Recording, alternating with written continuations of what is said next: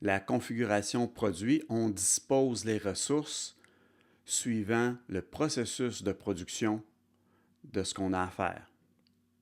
Les postes de travail seront en séquence. C'est vraiment une ligne que nous utilisons. Et cette ligne, elle peut être strictement linéaire avec les postes de travail répartis de part et d'autre de la ligne, ou encore il peut s'agir d'un certain serpentin.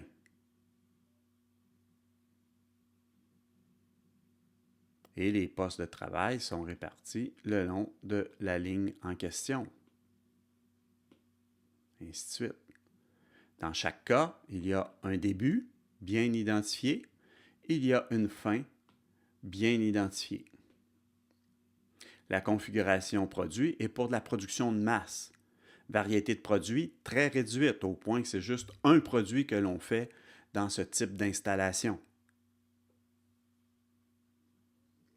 Ce qu'on vise en configuration produit, c'est que le flux des matières au poste lui-même soit équilibré, que la charge de travail soit la même, et équilibrer aussi le flux de matière entre les postes de travail. Donc, avoir un équilibre au poste de travail lui-même et un équilibre quant à la charge de travail entre les postes eux-mêmes. Le poste le plus lent va dicter le rythme de cette ligne de production. Pour effectuer cet équilibre au poste et entre les postes, on va appliquer ce qu'on appelle un équilibrage de ligne. Il s'agit de diviser le travail entre les postes de travail le long de notre ligne comme telle ou dans une cellule de production. Il faut ainsi que les postes de travail le long de la ligne aient sensiblement le même temps de travail. Mais n'oubliez pas que pour constituer le produit, il faut que le produit en cours commence au premier poste, transféré ensuite au deuxième poste pour d'autres opérations, transféré ensuite au troisième poste pour d'autres opérations, et ainsi de suite jusqu'au dernier poste de travail qui va compléter les opérations sur le produit en cours pour qu'il devienne le produit fini.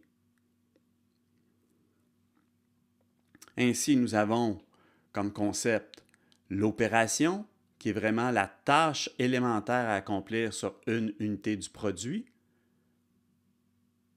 À chaque opération correspond un temps de travail. Pour toutes les opérations, la somme de ces temps, c'est le temps unitaire total d'opération que nous allons identifier aussi par la variable T majuscule. Le temps de cycle, c'est le temps qui est consacré à une unité à un poste. On va identifier le temps de cycle par la lettre C. Le temps de cycle est important car c'est le rythme de la ligne de production comme telle. Alors, s'il y a un débalancement certain entre les postes, le temps de cycle va correspondre au temps d'opération du poste qui prend le plus de temps. Les autres postes, ça va être du temps inoccupé sur l'unité qui va passer à ces postes. Le taux de production, c'est le nombre d'unités par période de temps.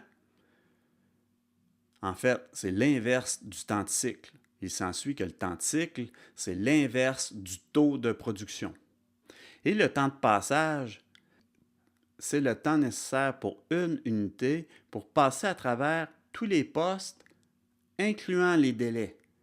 Les délais, ce sont les temps d'attente, les temps morts, les files d'attente qui peuvent être créés s'il y a un débalancement et qu'on pousse quand même les unités à être produites. Ça augmente le temps de passage. Idéalement, le temps de passage, c'est le temps unitaire total d'opération pour un produit. Cependant, à cause des différents délais, le temps de passage est plus élevé en pratique que le temps unitaire total d'opération. Comme intrant pour faire de l'équilibrage de ligne, ça nous prend évidemment le diagramme de précédence. c'est-à-dire pour chaque opération, l'opération 1, l'opération 2, l'opération 3 et ainsi de suite, il faut savoir quels sont les prérequis d'opération d'une opération à l'autre. Et pour chaque opération, évidemment, ça nous prend le temps unitaire. Puis, nous avons besoin soit du taux requis de production ou encore du nombre de postes qui est requis d'avoir. En pratique, on utilise le taux requis de production plus souvent qu'autrement, car en ayant le taux requis de production, on sait que le temps de cycle, c'est l'inverse du taux requis de production.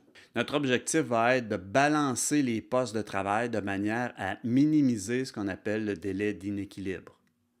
Autrement dit, on va obtenir un certain nombre de postes de travail, N. Chaque poste de travail va disposer du temps de cycle C. On va faire le produit des deux valeurs et nous allons soustraire le temps total d'opération sans considérer les délais, ce qui donne le délai d'inéquilibre. Et on va évaluer l'efficacité de la ligne comme telle en calculant ce délai d'inéquilibre relativement à ce qui est disponible de faire, ce qui va donner une certaine fraction. Et on va faire 1 moins cette fraction, multiplié par 100% pour obtenir l'efficacité de la ligne ou de la chaîne. Notre exemple, la ligne ici travaille 7 heures par jour et par jour, nous voulons produire 600 unités. 600 unités par jour, c'est donc le taux de production. 600 unités par jour de 7 heures. Donc, on peut calculer, si on veut, le taux de production à l'heure en faisant 600 unités par jour divisé par 7 heures par jour, ce qui va donner un nombre d'unités à l'heure. Et comme les temps unitaires sont en minutes, on pourrait maintenant ramener le taux de production en unités par minute. Et le temps de cycle, ça serait l'inverse.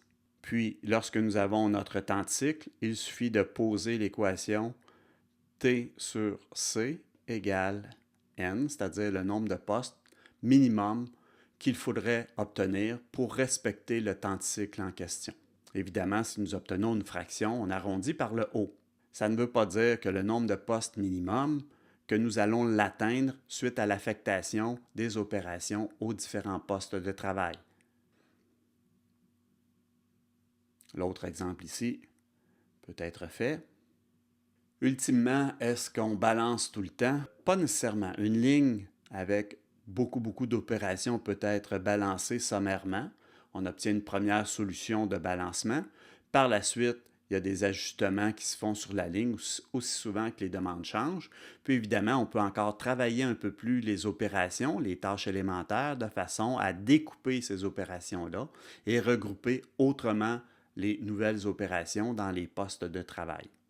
D'autres balancements sont possibles. On peut avoir sur une même ligne plusieurs produits alors que le déplacement se fait par lot d'un poste de travail à l'autre, plusieurs produits différents, s'entend, ou encore à l'unité plusieurs produits simultanément. On peut avoir sur une ligne le produit A qui circule, suivi du produit B, suivi du produit B, suivi du produit A, suivi du produit C, suivi du produit B, suivi du produit A, et ainsi de suite. Entre une usine puis le secteur des services, la configuration, il n'y a pas tellement de différence. Un poste de travail d'assemblage de petits composants versus un poste de travail dans un bureau, essentiellement, c'est une ressource avec d'autres matières, puis on peut configurer les postes de travail de façon à ce que ça soit plus ou moins efficient. Dans un département, c'est la même chose. On peut regrouper des processeurs qui ont les mêmes fonctionnalités entre eux dans le contexte manufacturier. On fait exactement la même chose dans le contexte des services ou du travail de bureau. On regroupe les ressources qui ont les mêmes fonctionnalités. Marketing est ensemble, ressources humaines c'est ensemble. Ça ressemble beaucoup à une configuration fonctionnelle qu'on retrouve dans le contexte manufacturier aussi.